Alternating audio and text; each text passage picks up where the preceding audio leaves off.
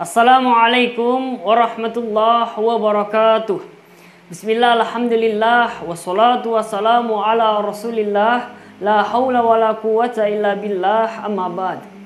Yang saya hormati Dewan Juri serta para peserta dan pemirsa dimanapun Anda berada yang Allah muliakan. Alhamdulillah, kita masih diberikan kesempatan oleh Allah untuk menikmati indahnya dunia, terkhusus di tengah-tengah wabah COVID-19 alias Corona seperti ini. Salawat serta salam tak lupa kita aturkan kepada junjungan kita Nabi besar Muhammad sallallahu alaihi wasallam. Pada kesempatan kali ini saya akan menyampaikan tausiah yang berjudul Peran Pemuda Muslim di Era Milenial. Saudara seiman dimanapun Anda berada yang Allah muliakan, tatkala kita berbicara mengenai pemuda, maka kita akan berbicara mengenai perubahan. Banyak orang berkata bahwa pemuda merupakan tulang punggung bangsa. Kesejahteraan lahir batin yang dinikmati oleh suatu bangsa atau penderitaan yang dialaminya, kebodohan dan keterbelakangannya merupakan cerminan dari pemuda yang hidup di tengah-tengah bangsa itu. Ungkapan ini memberikan inspirasi kepada saya, saudara, dan semoga kepada seluruh pemirsa dimanapun Anda berada.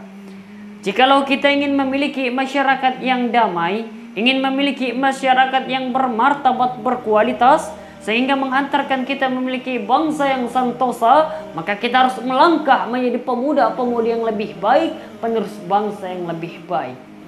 Sebab apa? Inna fi yadi syubani amral ummah wa fi aqdamiha hayataha. Sesungguhnya di tangan para pemuda lah terletak urusan umat, dan di langkah pemuda lah terletak suatu kehidupan umat. Syubanul yaum rijalul god. Pemuda hari ini adalah pemimpin yang akan datang.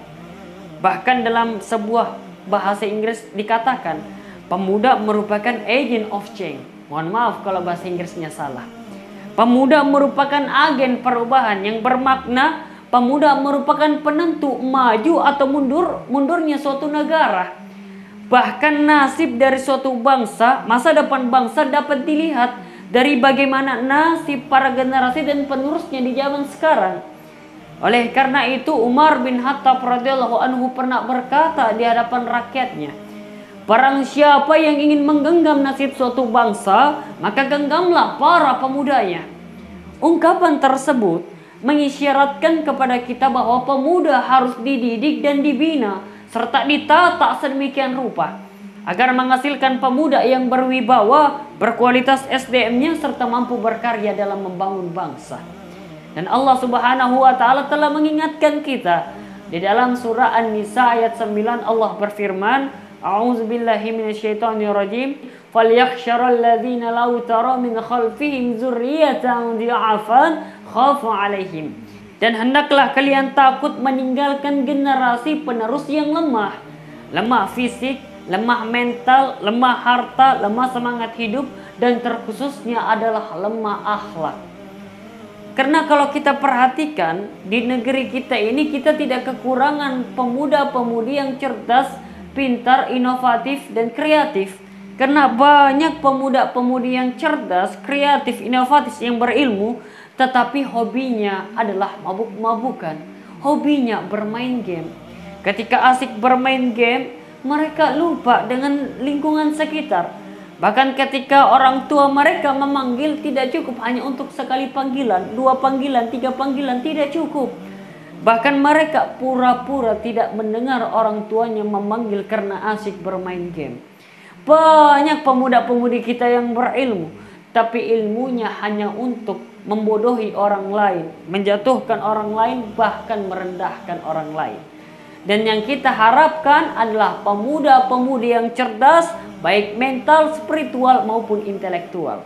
Oleh karena itu para pemuda sekalian, terkhususnya saudara-saudaraku seiman dimanapun Anda berada, mari kita gunakan era globalisasi ini sebagai ladang untuk belajar dan menuntut ilmu. Kita gunakan era globalisasi ini untuk men-share hal-hal yang positif, yang bermanfaat, yang kreatif, untuk memberikan manfaat kepada banyak orang, untuk mendekatkan diri kepada Allah Subhanahu wa taala. Karena pemuda yang gaul bukanlah pemuda yang asik main Mobile Legends sampai tengah malam. Pemuda yang gaul bukanlah pemuda yang asik nongkrong di pinggir jalan. Tapi pemuda yang gaul, kata Al-Imam Syafi'i rahimahullah, hayatul fata bil ilmi wat tuqah. Eksisnya seorang pemuda, gaulnya seorang pemuda, hidupnya seorang pemuda adalah dengan ilmu dan takwa. Dan anak muda yang senantiasa mendekatkan diri kepada Allah, anak muda yang senantiasa mentakarubkan dirinya kepada Allah, anak muda yang seperti itu yang akan mendapatkan naungan langsung dari Allah. Di mana tidak ada naungan, tidak ada lagi pertolongan. Di situ ada 7 golongan naungan. Di antaranya adalah syabun nasya fi ibadatillah, seorang pemuda yang tumbuh dewasa dengan beribadah kepada Allah. Mungkin itu saja yang dapat saya sampaikan. Terima kasih atas kesempatan yang telah diberikan. Mohon maaf atas segala kekurangan. Usikum wa nafsi bitaqwallah. Wassalamualaikum warahmatullahi wabarakatuh.